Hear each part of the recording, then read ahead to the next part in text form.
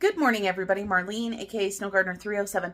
Today we are here for a grocery haul, but I do want to let you guys know on the last grocery haul, I canned bacon, and so many of you guys have asked to see what the bacon tastes like, how we like it, that we're going to go ahead and make breakfast this morning. I'm not going to film us making breakfast or anything. We are doing fried eggs, bacon, and pancakes, but we are going to open up the jar of the bacon that I started out raw and the jar of the bacon that I did pre-cooked.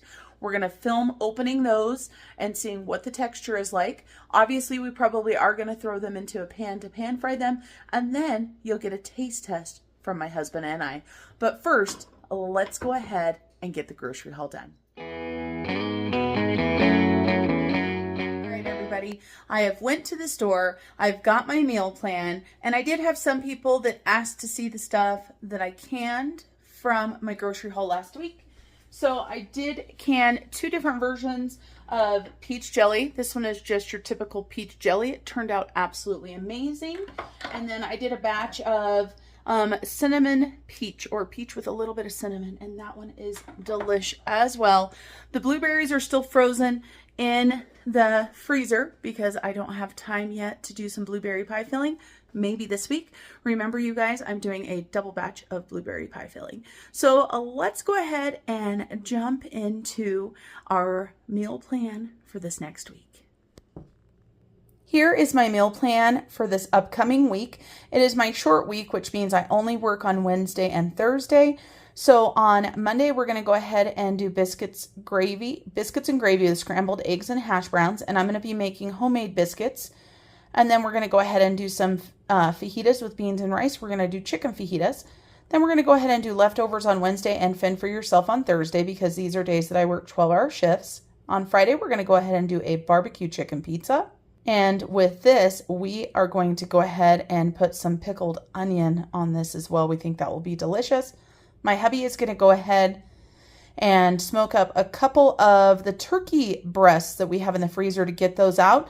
Then I'm going to go ahead and take a jar of my canned potatoes. We're going to put those into the air fryer, and then we'll probably do green beans or some sort of veggie. Actually, we're probably going to go ahead and do some zucchini and stuff. You'll see why here soon. And then I'm going to go ahead and do an Instant Pot salsa verde chicken enchilada casserole. This is a Pinterest recipe, and I have not made it yet, but I had absolutely everything to make this. It called for green enchilada sauce and salsa verde, which we have. Called for chicken and corn tortillas, which we have. It called for cheese, which we have. So that is our meal plan for the week. Now remember, you guys, we are on a no spend. And for anybody that doesn't understand what a no spend is, I just want you guys to know that every single person that you watch do a no spend is going to do it a little bit differently. So let me tell you what my no spends are. I consider a no spend week or month for me where I only buy fresh items such as fresh produce. Also, I will buy dairy products. And sometimes I have exceptions. And this month I did have exceptions. I had exceptions if they went on sale of, let's see, what did we do? Tortilla chips. And, I got to look at my list and see, because I actually write them down for myself. So tortilla chips, olives, instant potatoes, sugar, and sliced cheese. So you see this cheese here. So this is one of my exceptions. Let me tell you guys why. I live in a small town with one grocery store. When stuff goes on sale and I need it, I don't want to miss the sales. So let's go ahead and start out with the cheese. It was on sale 3 for $5. So I went ahead and got 4 medium cheddar, 2 pepper jack, and it looks like 3 sharp cheddar. I wanted to get provolone and other cheeses as well, but they were out. They had Swiss cheese slices, but it wasn't part of the sale, but the blocks were on sale 3 for $5. Swiss cheese is my husband's favorite. So we will be using this as sliced cheese. And so I went ahead and grabbed 3 of those. So 3 for $5. So I got 3, 6, 9, 12 things of cheese. So we've got $20 on cheese right there. This is why it was an exception, because I knew I wasn't just going to buy a pack of cheese. Then we needed some milk. My husband did go through the shelf-stable milk that was coming up on its expiration date, so I grabbed 2 of them. Normally my husband likes whole milk. Our store didn't have any. That's another typical thing, living in a small town with one grocery store. Stuff is out all of the time. And this milk was actually not too bad a price. It was $2.89 a piece, so we grabbed 2 of those. And then we've got some produce. And of course, this is following the rules. So we had cherries. And I only buy cherries when they're on sale. And I would say I buy them once or twice a summer is all I buy them. And so these were on sale for $1.98 a pound. And they looked absolutely delicious. So I went ahead and grabbed a couple pounds. So these right here were, where are they? $4.04. And then I grabbed one avocado. I was hoping to be able to eat it on BLTs today, but that's not happening because it's not ripe. So 77 cents for the avocado. It was on sale, so we're going to use that. I don't know what. I might use it for my lunch or something. We needed some tomatoes because we are making BLTs. You guys are going to see the canned bacon next, and so we had breakfast with that already. And then we're also going to do dinner, so we needed a tomato for some BLTs. And then, you guys, my store does a $10 produce bag. So all of this produce in here was $10. So let me show you what I got. I got some grape tomatoes. I got some bananas. Now, these bananas are going to get sliced up and put into the freezer right away. So these are not necessarily for fresh eating. My husband and I don't eat a lot of bananas fresh.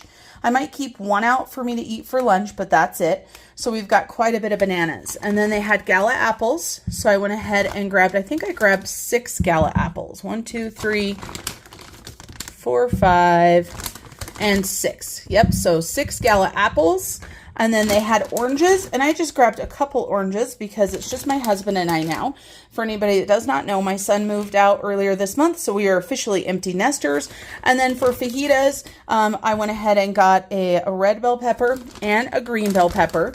And I've got fresh onions already, so that was for this week.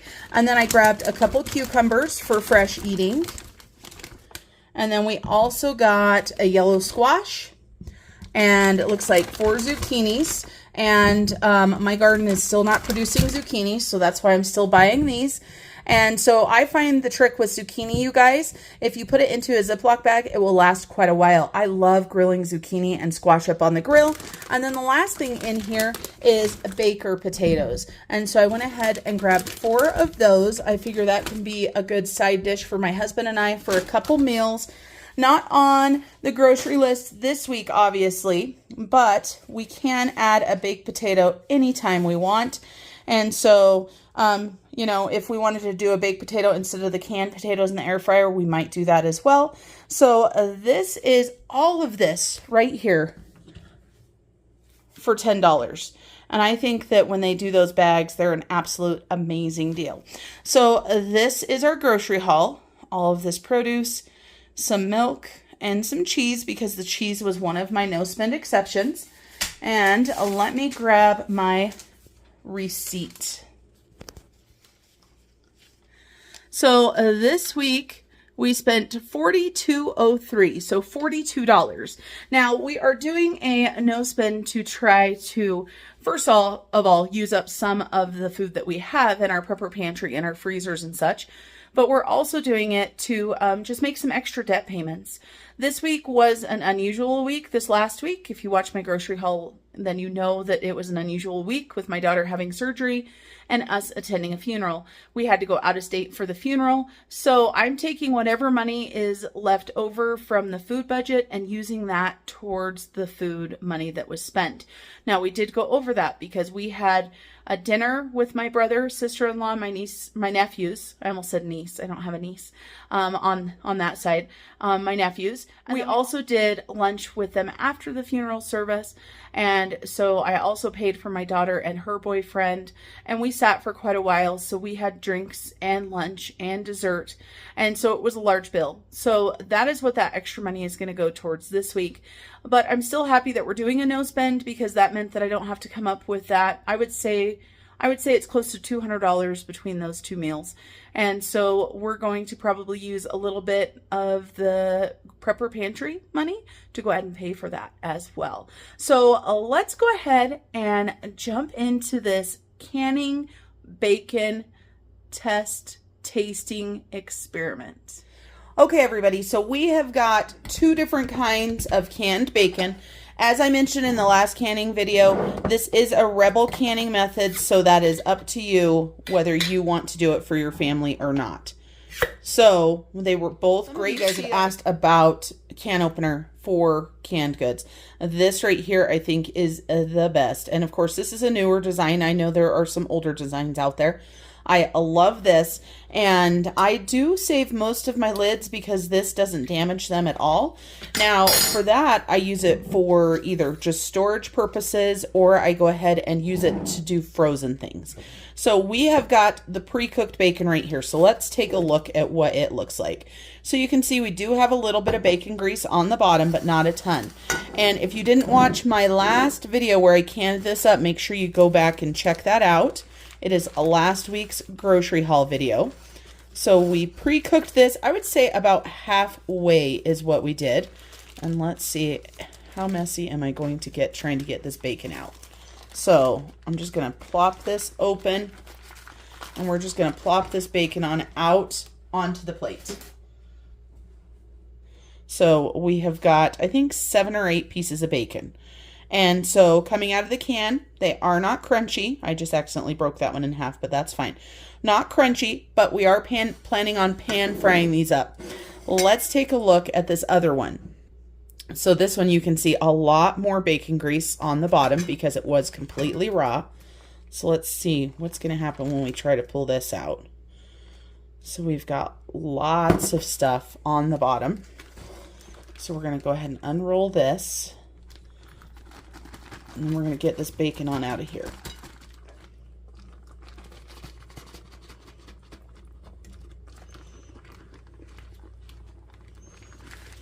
I am making a huge mess all over myself. I've got bacon grease all over.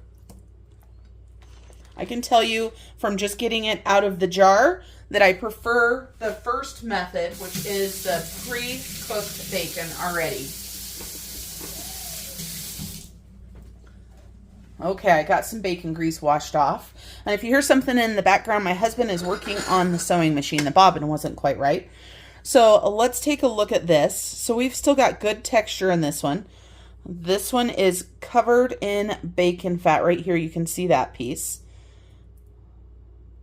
And definitely doesn't have as firm of a texture as this. So I know people worried about this one being soggy and mushy.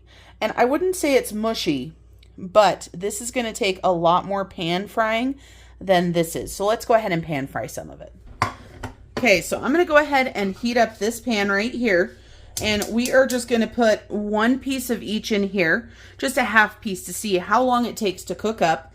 And I'm sure that you heard, like, Bridger came and looked at the bacon, and he said that the uncooked one that went in raw almost looked gooey, and I have to agree. And this one definitely looks more appealing. So let me give you guys a close-up shot of that. That is the par cooked bacon. This is the bacon that went in raw. Okay, definitely different. So we're just going to go ahead and cook up a half a piece of each. Actually, we're going to do 2 halves, because then it will give 1 for each, my husband and I, to go ahead and taste test. So we're going to get these cooked up. I'm sure it will take a little bit. I mean, you can see the amount of grease coming out of this one right here. The good thing about par cooking the bacon too is I always save my bacon grease. So when I par cooked this bacon grease right here, it went into a jar and went into the fridge. This right here was raw, so the bacon grease is still all inside of it.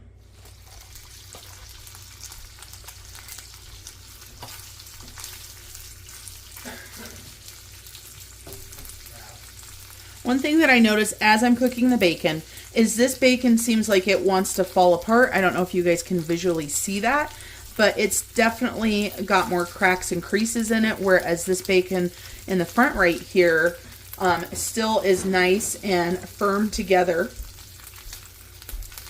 Now, the debate is, do you like crispy bacon or do you like bendy bacon? What do you think, Bridger? What do you like? Crispy bacon. And I like bendy bacon. Well, but that's because you're wrong. But I don't like it raw. And I'm okay with a little bit of crispy bacon, but I know some people like bacon super crispy. That is not my thing. Oh my goodness. Can I even... Okay, look at this, you guys. This is not even going to be like a piece of bacon, because that one already fell apart. So we're going to go ahead and crisp this up. These two are staying together pretty good. That one I think I might have chopped off with the tongs that I used, but these ones here are falling apart. And we'll cook some more up and let you guys know, but we're going to cook this up for the taste test. We're going to cook our breakfast after we do the taste test, and then I'll cook some more of this bacon up and let you guys know, did all of this bacon do this? And of course now my stovetop is going to be all dirty, but don't worry, it's already dirty. Can you guys see that right there?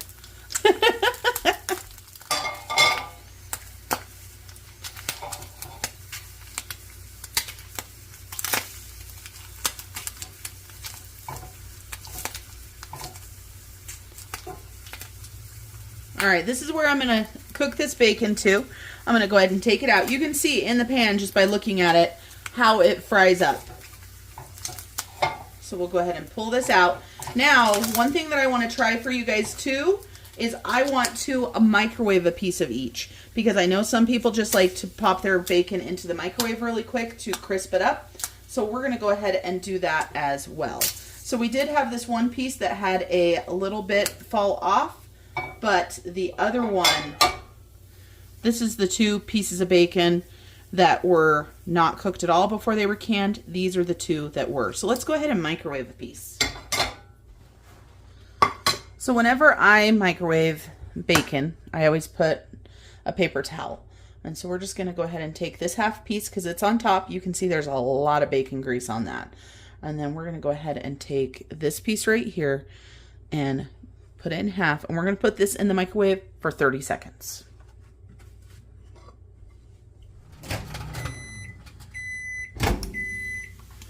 So this is 30 seconds. Let's take a look and see. So they both are still together. This is the piece right here, obviously, that was already par cooked. It's still pretty bendy. And this is the other piece. We're going to go ahead and do another 10 seconds.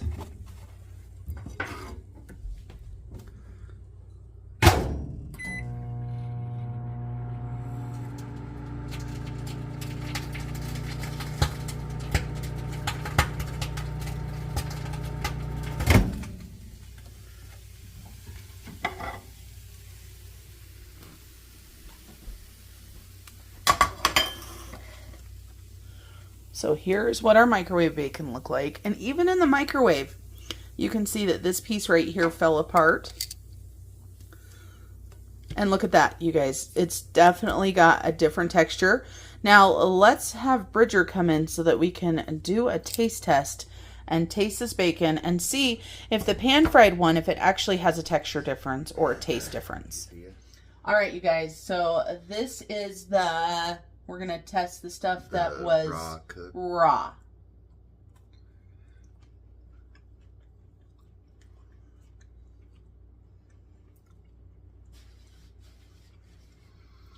Still taste okay? Almost has a rubbery texture to it, though. All right.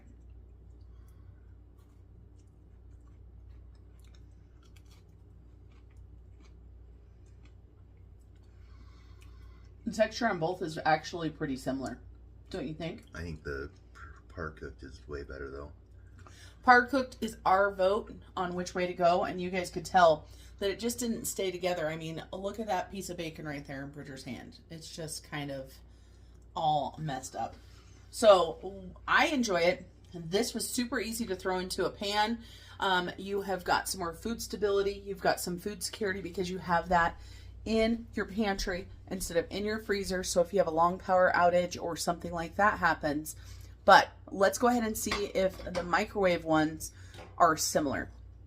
I generally probably won't microwave this, but I wanted to see what it was like just in case. It's very mushy. I think that's better than the pan fried was, texture wise. That definitely has a better texture. So no matter whether you pan fry it or microwave it, we vote for pre-cooking your bacon before you can it. Now, don't pre-cook it all the way. Only cook it 50 to 70%, I believe is what they said. And mine was about 50%. So I think this next batch that I do, I might do a little bit more to see if it makes a difference or not. All right, you guys, thanks for joining us today for our grocery haul and our taste test of our canned bacon. Until I see you guys next time, remember to keep on smiling. Bye, everybody.